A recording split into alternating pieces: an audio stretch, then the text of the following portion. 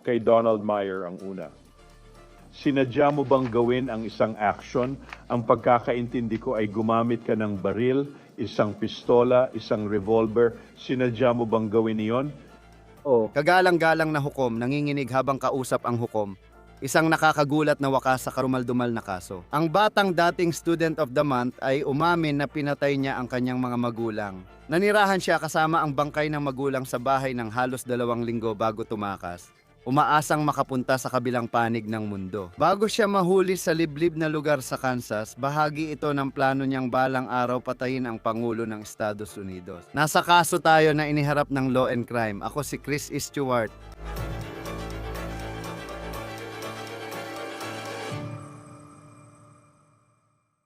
Sa totoo lang, puro baliktaran ng mga pangyayari ang kasong ito mula noon pa. Natagpo ang binaril at patay ang mga magulang ni Nikita Kossoff sa kanilang bahay, malapit sa Milwaukee noong Pebrero ng nakaraang taon. Ngayon, ito si Nikita Kossoff na pumapasok sa korte ngayong araw at ikukwento ko kung ano ang nangyari.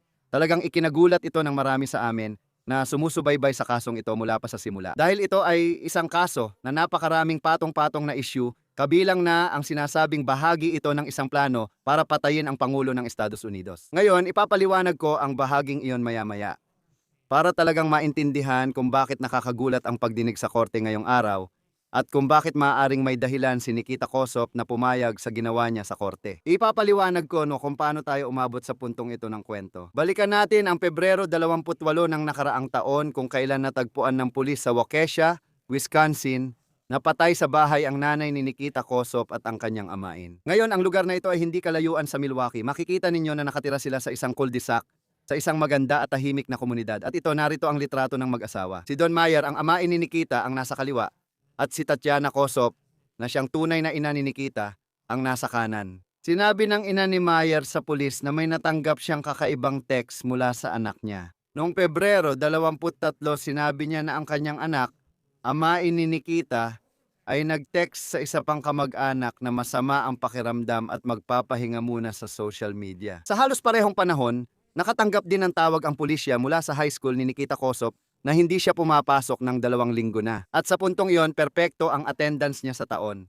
At nang pumasok ang pulisya sa bahay, doon na nagkaroon ng nakakatakot na pag-ikot ang kwento. Natagpuan nilang binaril sa ulo ang stepdad ni Nikita sa isang kwarto at si Tatiana, ang ina niya, ay patay rin sa isa pang kwarto. Pareho silang natagpuang natatakpan ng kumot ang mga katawan. Ngayon, ang malaking tanong noon ay, nasaan ang 17 anyos na anak ni Tatiana na si Nikita? May kapitbahay na nagsabing nakita si Nikita na umalis sakay ng Volkswagen Atlas ni Don 5 araw na ang nakaraan. Tandaan, walang lisensya sa pagmamaneho si Nikita Kossoff.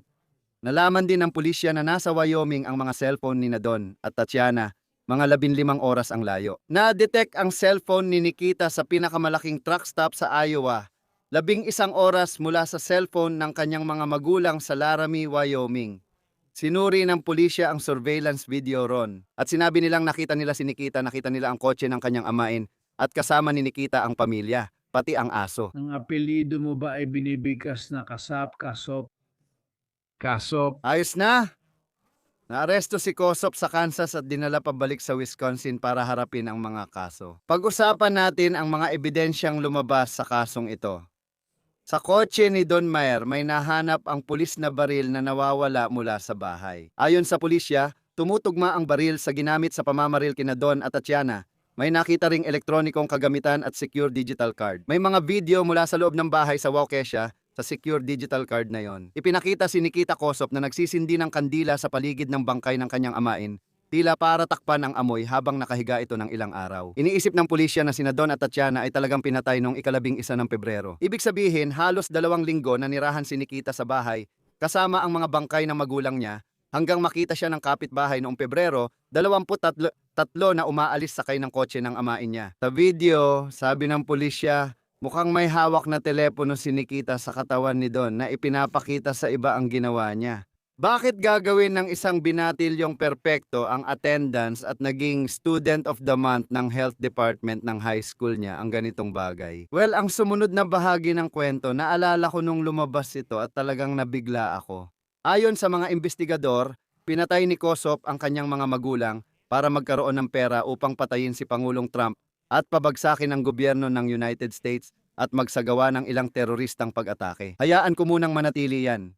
Suri ng Waukesha County Sheriff's Office sa Pombon sa cellphone ni Nikita Kosop, ayon sa ulat, may nakita silang ilang nakakabahalang usapan. Sa wikang Ruso, ilang tao sa TikTok at sa Telegram na ipinagmamalaki ang sarili bilang plataporma ng malayang pananalita. Controversial ito dahil sa umano'y illegal na gawain sa platform. Ayon sa FBI, may nakita silang material sa cellphone ni Kosop kaugnay ng Order of the Nine. Angels, na ayon sa ahensya ay isang network ng mga taong may neo-Nazi at mga paniniwalang ekstremista na may motibong lahi. Ang Siyam-A ay nagtutulak ng karahasan at terorismo para pabagsakin ang gobyerno at sirain ang makabagong sibilisasyon.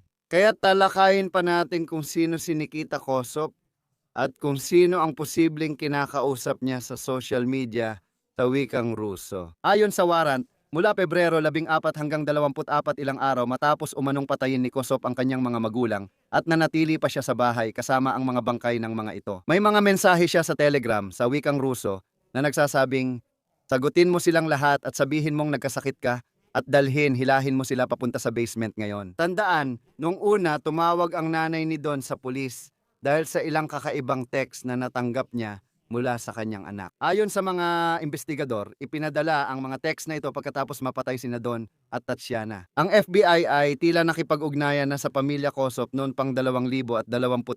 Hanggang ngayon, kulang pa rin ang detalye tungkol sa pagpupulong na iyon.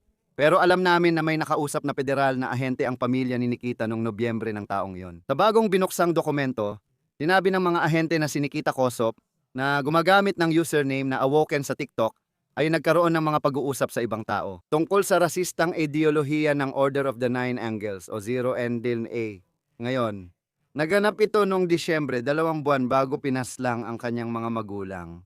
Sinabi niya sa isa pang user na kinausap niya ang isang babae tungkol sa ideolohiya at chill lang daw ito. Dagdag pa niya, kapag nalaman ng magulang niya, kukunin nila. Ang cellphone ko ginawa nila tapos binisita pa ng FBI, laughing out loud, nalaman din ng autoridad na si Kosop ay gumagamit ng Telegram username na accelerationist. Noong Enero 21, wala pang isang buwan bago napatay ang kanyang magulang.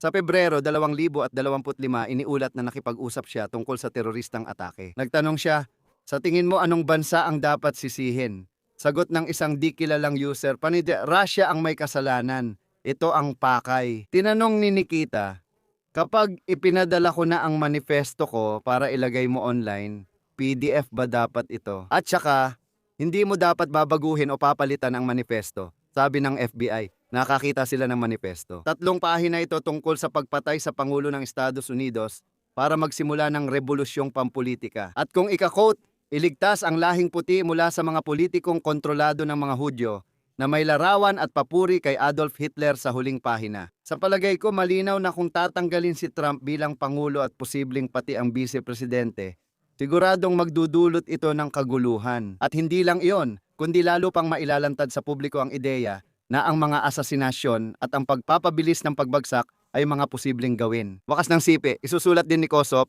at quote bilang dagdag na tala. Yung iba pang mga pag-atake na maaaring mangyari, kung ano ang mga yon, sino ang target nila, wala akong ideya, kahit pa pareho sila ng ideolohiya gaya ng sinasabi ko. Ang manifesto na ito ay particular para sa pag-atake na nakatarget kay Trump. Ngayon, isang mahalagang ebidensya sa kasong ito ay ang dami ng pera at alahas na dala ni Kosop nang siya ay naaresto sa Kansas.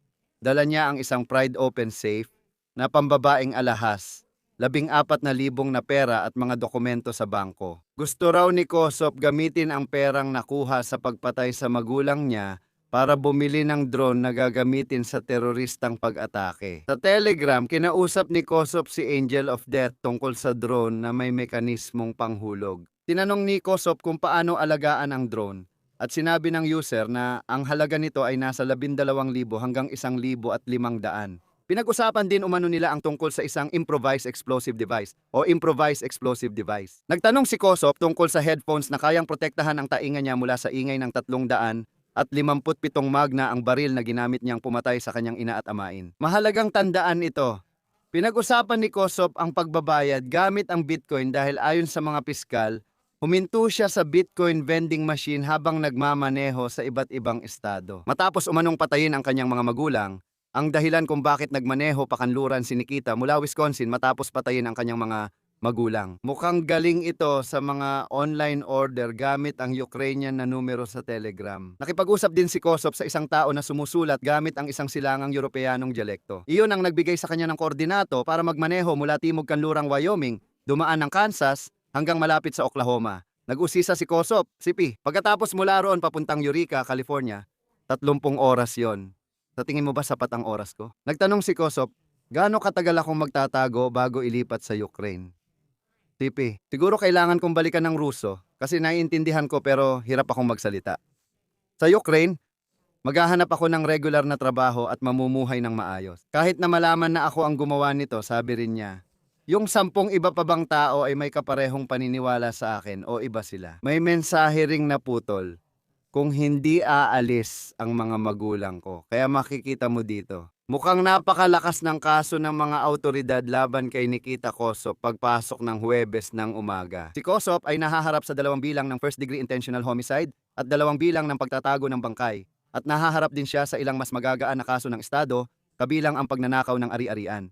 Mahigit 10,000, noong Huwebes ng umaga, umamin siya ng kasalanan sa 2 bilang ng first-degree intentional homicide at ang natitirang mga kaso laban sa kanya ay ibinabasura. Narito si Kosov na sumasagot sa tanong ng hukom. Pansinin ninyo ang kanyang upuan at ikumpara ito sa upuan ng kanyang mga abogado. Makikita ninyo siyang nanginginig habang nagsasalita. Ganun mo ba naintindihan ang posisyon ng Estado? Opo, kagalang-galang. Sige, naiintindihan mo ba, Ginoo, na ikaw at ang iyong abogado ay malayang magbigay ng argumento para sa sentensya na sa tingin ninyo ay nararapat sa kasong ito? Opo, kagalang-galang. At tama rin ba, Ginoo, na napag-usapan ninyo ni Ginoong Rafael ang mga hangganan, ibig sabihin ang saklaw ng mga sentensya? Ibig sabihin, kung mapatunayang nagkasala ka sa 2 bilang ng first-degree intentional homicide sa bawat bilang, may kaakibat itong parusang habambuhay na pagkakakulong na walang posibilidad ng pinalawig na supervision. Naiintindihan mo ba yon? Opo, kagalang-galang. Pero sa kabilang banda, may option na maaring payagan ng korte ang pinalawig na supervision. Karapat-dapat hindi nangangakong mangyayari ito, kundi ang pagkakataon o pagiging karapat-dapat para sa pinalawig na supervision. Pagkalipas ng 20 taon, natapos mo ba lahat ng sentensya? Naiintindihan mo ba? Opo, kagalang-galang. Kaya ganon. Hindi ito ang minimum pero pwedeng magkaroon ng dagdag na supervision matapos ang 20 taon kada sentensya. Naiintindihan mo ba? Opo, kagalang-galang na hukom. Sige, sa tingin mo ba malinaw na ipaliwanag yon ni Ginoong Rafael sa iyo? Opo, kagalang-galang na hukom. Sige, pag-uusapan natin ang ibang bahagi ng plea questionnaire at waiver of rights form. Ginoong Rafael, may kopya ka sa harap ng kliyente mo. Ayos lang ako. Sinasabi dito na ikaw ay 18 at nakatapos ng 11 taon sa paaralan. Tama ba? Opo, kagalang-galang na hukom. Dahil sa mga insidenteng ito, hindi mo natapos ang high school. Tama? Opo. Kagalang-galang na hukom. Sige po, may problema ka ba sa pagbabasa? Wala po, kagalang-galang na hukom. Sige po, nababasa at nauunawaan mo ba ang mga dokumentong nalikha sa kasong ito sa madaling salita, mga ulat ng pulis, mga pahayag ng mga saksi, marahil o iba pang mga dokumentong nalikha sa kasong ito? Opo, kagalang-galang na hukom. Nabasa at naintindihan mo rin ba ang mga dokumentong ipinasa mo, pati plea questionnaire at waiver of rights form? Opo, kagalang-galang na hukom. Ipinapakita rin nito na marunong ka ng Ingles. Kaya ko tinanong ang antas ng education mo dahil hindi lang ito tungkol sa kung anong taon ka sa paaralan. Pero kung naintindihan at naunawaan mo ba lahat ng mga dokumentong inilabas sa kasong ito, sa tingin mo ba nagkaroon ka ng sapat na oras para gawin iyon? Opo, kagalang-galang na hukom. Sige, ngayon, sinasabi dito na nauunawaan mo ang mga kasong inaamin mo. At sa katunayan, ikaw at ang iyong abogado, mga abogado mo, dapat kong sabihin ay naglakip sa plea questionnaire ng tinatawag na jury instructions para sa mga kasong ito ng first-degree intentional homicide. Ito ay may bilang na 1,000 at 10, 1,000 at 10 at inilalahad nito ang mga elemento ng krimen na kailangang patunayan ng Estado kung ang kasong ito ay umabot sa paglilitis. Kasama mo ba si Ginoong Rafael nung tiningnan mo yon? Opo, kagalang-galang na hukom. Alam mo ba kung ano ang dapat patunayan ng Estado kung itutuloy ang paglilitis sa mga kasong ito? Opo, kagalang-galang na hukom. Sige, pag-uusapan natin ang mga elementong yon maya-maya, ayos ba? Ipinapakita rin nito na wala kang ginagawang gamutan para sa sakit sa pag-iisip. Totoo ba ito? Opo, kagalang-galang na hukom. Tama bang hindi ka uminom ng alak, gamot o droga sa huling 24 na oras? Opo, kagalang-galang na hukom. Ginoong Rafael, tatanungin kita tulad ng dati tungkol sa pag-unawa sa Ingles, pagbabasa, ATBP. Si Ginoong Kasip ay 18 na ngayon, dati siyang 17. Naramdaman mo ba na nagkaroon ka ng sapat na oras para repasuhin kasama ang kliyente ang ebidensya nang sinimulan mo ang representation sa kasong ito? Opo, kagalang-galang na hukom. At doon, inaakala ko may mga video recording din. Sinuri mo rin ba ang mga iyon kasama siya? Ginawa namin iyon ng maayos, wala kaming alinlangan tungkol sa kakayahan niyang umunawa o maintindihan. O hayaan mo akong umatras ng kaunti. Meron bang kahit anong kahirapan sa pakikipag-usap sa iyong kliyente? Sige.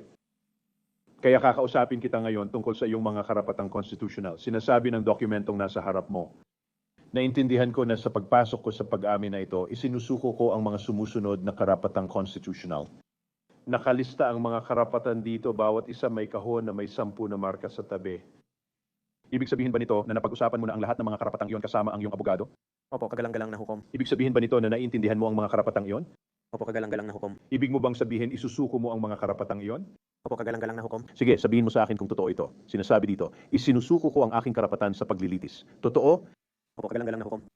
Isinusuko ko ang karapatan ko na manahimik at nauunawaan kong hindi ito magagamit laban sa akin sa paglilitis. Opo, kagalang-galang na hukom. Isinusuko ko ang aking karapatan na tumestigo at magharap ng ebidensya sa paglilitis. Totoo? Opo, kagalang-galang na hukom. Isinusuko ko ang aking karapatan na gumamit ng subpina upang papuntahin ang mga saksi sa korte at magpatotoo para sa akin sa paglilitis. Naintindihan mo ang subpina ay utos ng korte na pwedeng kunin ng abogado mo para mapapunta ang mga saksi sa korte kahit ayaw nila. Naintindihan mo ba iyon? Opo, kagalang-galang na hukom. Tama at totoo ba na isinusuko mo rin ang karapatang iyon? Opo, kagalang-galang na hukom. Sinasabi rito, isinusuko ko ang karapatan sa paglilitis sa harap ng 12 hurado na kailangang magkaisa kung ako ay nagkasala o hindi. Totoo ba ito? Opo, kagalang-galang na hukom. Isinusuko ko ang aking karapatan na harapin at tanungin sa korte ang mga magpapatotoo laban sa akin. Ang cross-examine ay ang pagtatanong ng ikaw at ng iyong abogado sa mga saksi para subukin ang kanilang katotohanan.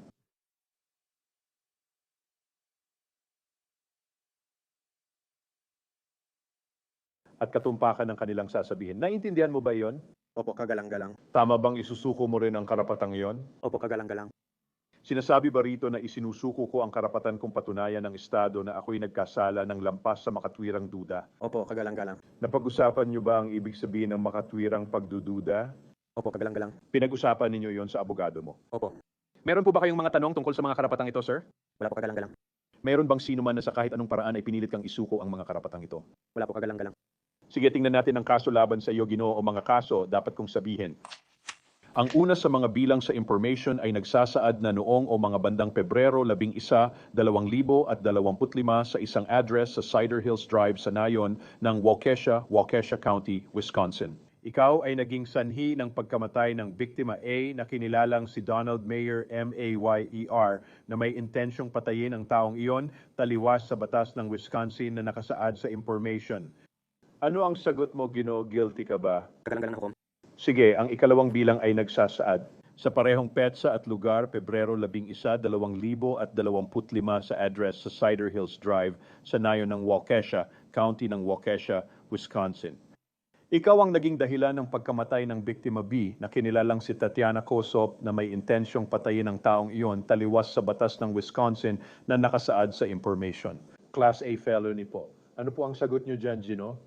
Guilty, kagalang-galang na hukom. Sige, inamin mo ba ang mga kasalanang ito? Opo, kagalang-galang na hukom. Kaya sa unang bilang tungkol kay Donald Meyer, sinadya mo bang gumawa ng aksyon? Ang pagkakaintindi ko, gumamit ka ng baril, pistola o revolver at binaril mo siya kaya siya namatay. Tama ba? Opo, kagalang-galang na hukom. Ginawa mo ba yon ng sinadya?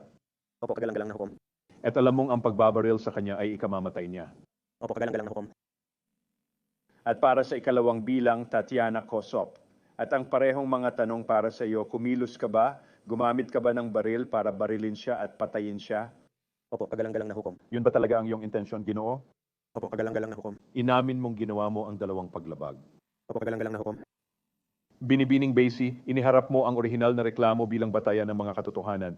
Ayos lang naman ako. May pagtutol ba, Ginong Rafaele? Wala. Kagalang-galang na hukom. Naintindihan mo ba, Ginong Kasep, sa iyong pag-amin ng kasalanan, hahatulan kitang nagkasala. Kung hindi ka United States citizen, maaring magdulot ng deportation, bawal na pagpasok o pagtanggi sa naturalization ang iyong pag-amin ayon sa batas federal. Malinaw ba yon? Opo, kagalang-galang na hukom. Dahil mabigat ang mga krimen na ito, hindi ka pwedeng bumoto hanggang maibalik ang iyong karapatang sibil. Naiintindihan mo ba ito? Opo, kagalang-galang na hukom. Dahil mabibigat ang mga krimen, labag sa batas ang pagmamay-ari ng baril. Maaari kang makasuhan ng mabigat na paglabag na may parusang hanggang 10 taon na kulong at multang 25,000 o pareho. Naiintindihan mo ba ito? Opo, kagalang-galang na hukom. Bukod pa rito, ito ay isang marahas na krimen, itinuturing itong marahas na krimen. Kaya't labag sa batas para sa iyo na magmay-ari ng body armor. Malinaw ba? Opo, kagalang-galang na hukom. Gayun din, ang ibang kaso ay ibabasura at babasahin na lang. Ibig sabihin, isasaalang-alang kung ginawa mo ang mga paglabag na iyon, pananagutin kita para doon, ngunit hindi ka mahahatulan o mapaparusahan para sa mga iyon. Bagaman maaari ko ring ipag-utos na magbayad ka ng danyos, naiintindihan mo ba iyon? Opo, kagalang-galang na hukom.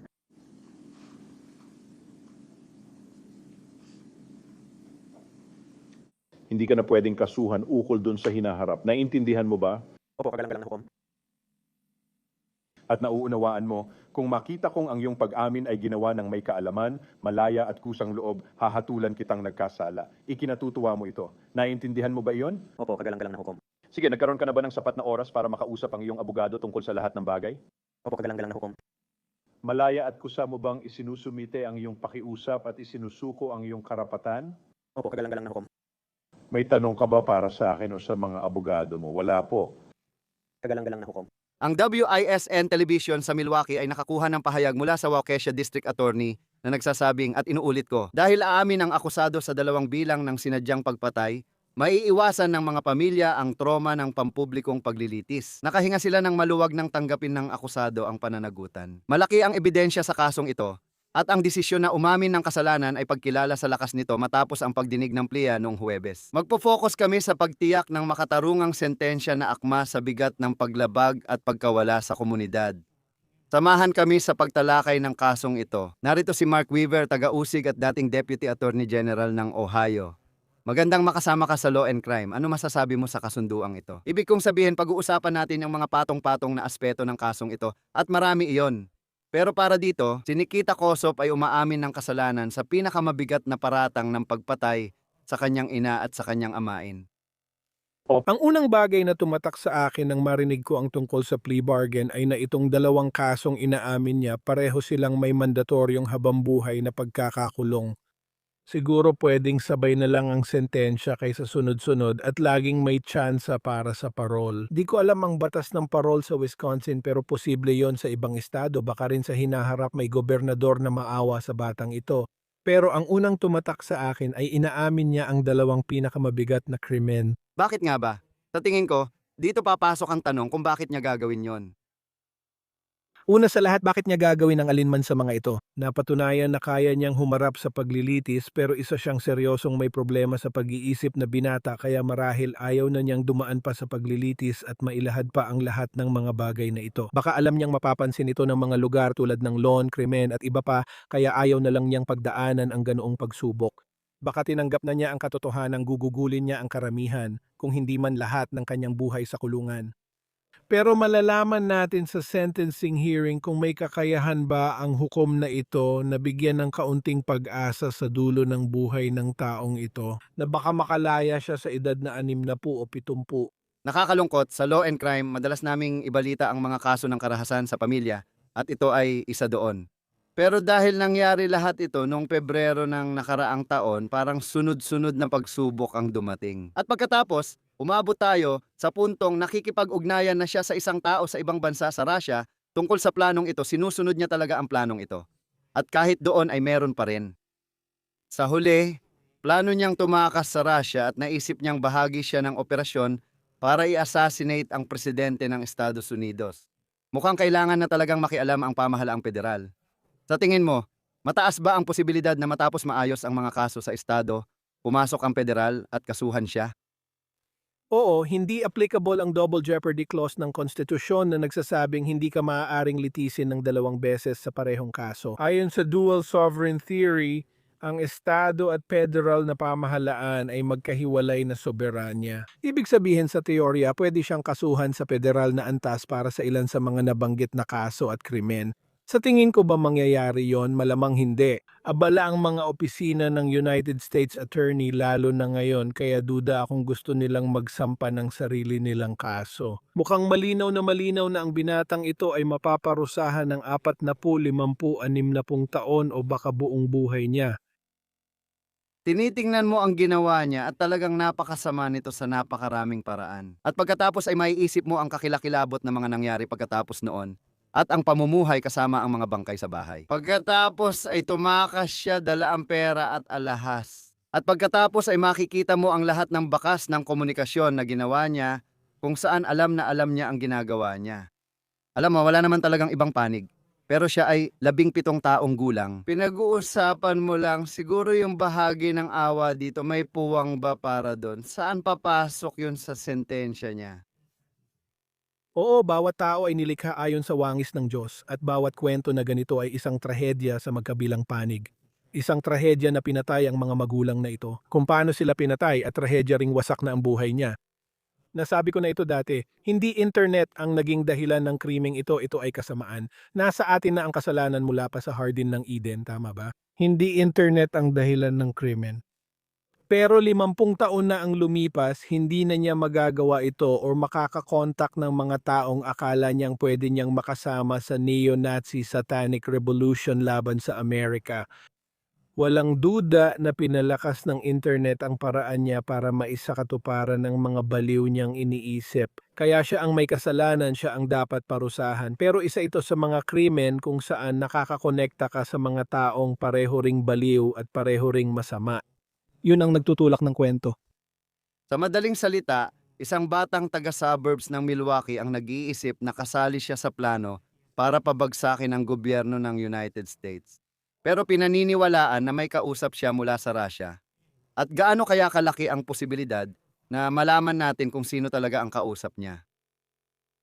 Oo, yan ang isang bagay na maaring gustong tingnan ng FBI. Kung totoo ngang may isang operatiba ng gobyerno ng Russia na tumutulong sa taong ito, malaking problema yan. Ngayon, maraming siraulong nagpapanggap na iba sa internet. Maring ganun nga, pero kung totoo na isang ahente ng gobyerno sa Russia ang tumutulong sa kabataan para pabagsakin ang gobyerno ng Amerika, malaking problema yan.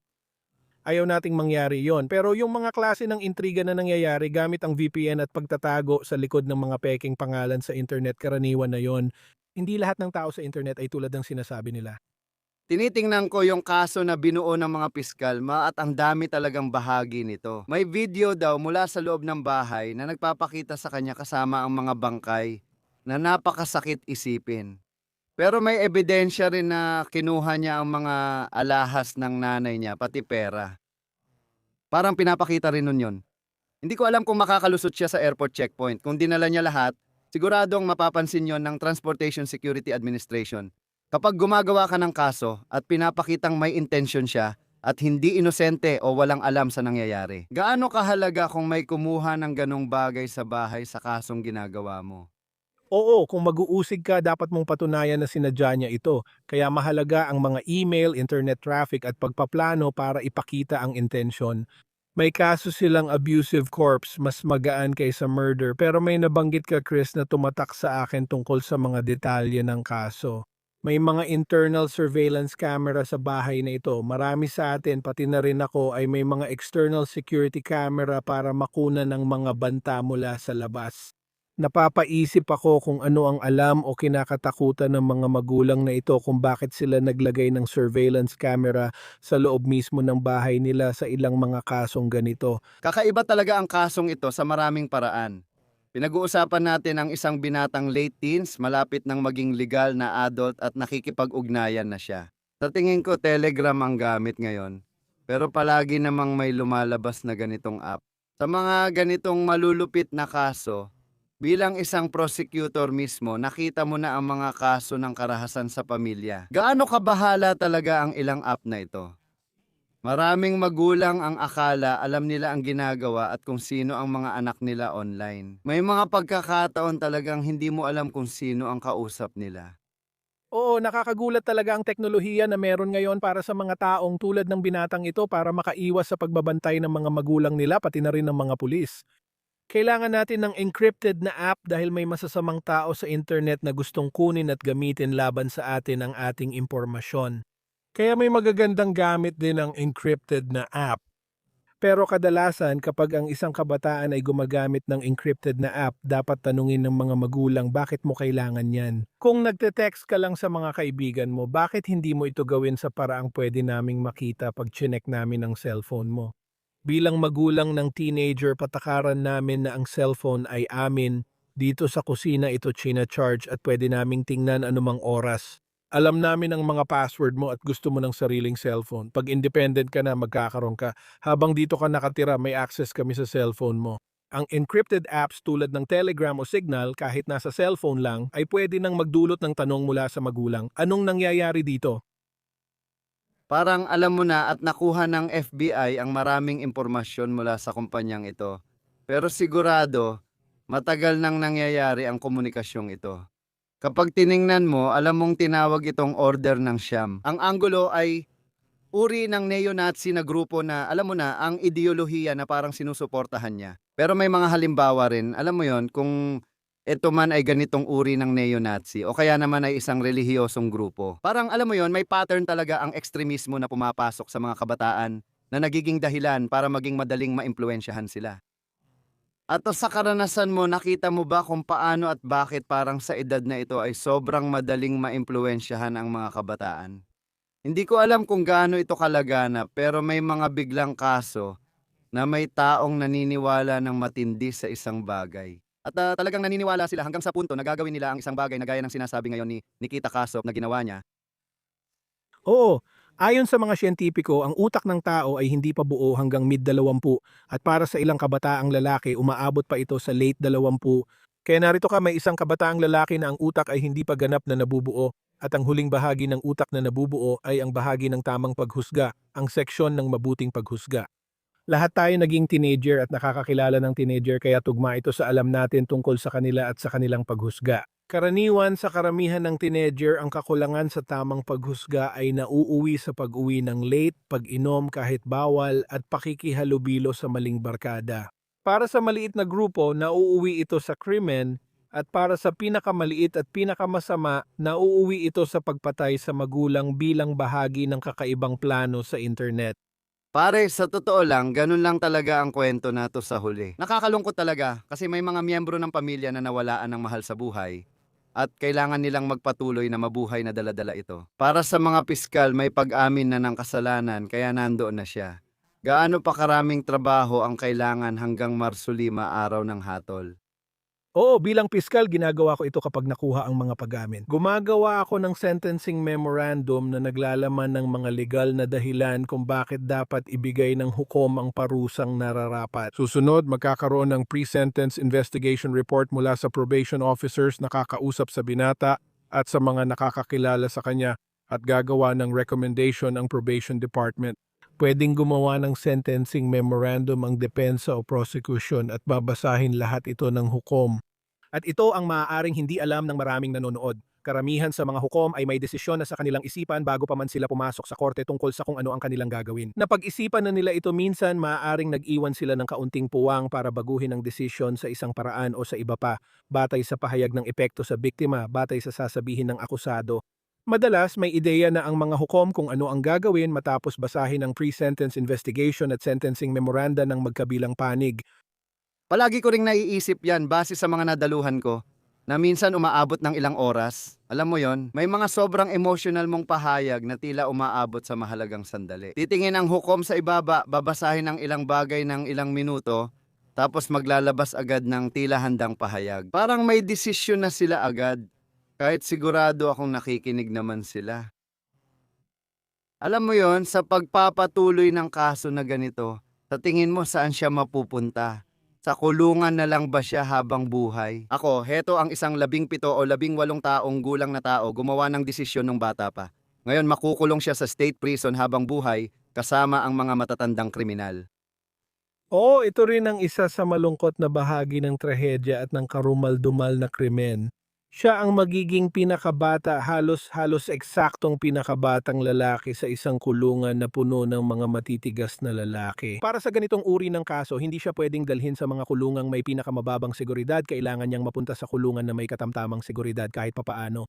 Magiging target siya ngayon pero hindi tulad ng target sa mga nangmomolestya o nanggagahasa ng bata. May ipoprosekto akong kasong panggagahasa sa bata sa susunod na linggo. Yung mga ganong akusado kapag nahatulan at nakulong, sila ang nagiging pangunahing target ng mga preso. Kaya hindi ang krimen niya ang magpapalagay sa kanya bilang target, kundi ang kanyang kabataan at kahinaan ang magpapalagay sa kanya bilang target. Magiging napakahirap ng buhay niya sa loob ng kulungan. Hindi madali ang mga taon sa kulungan. Hindi at alam mo napakasama talaga ng krimeng ginawa niya. Ngayon, umamin na siya kay Mark Weaver, Dating Assistant Deputy Attorney General ng Ohio at taga-Usig. Salamat sa pagsama sa Law and Crime at sa iyong oras. Salamat, Chris. Si Nikita Kasop ay hahatulan sa Marso 5. Tapos na ang kaso mula sa Law and Crime. Mag-subscribe sa YouTube at Spotify at panoorin ang On the Case sa Peacock. Ako si Chris Stewart. Hanggang sa muli.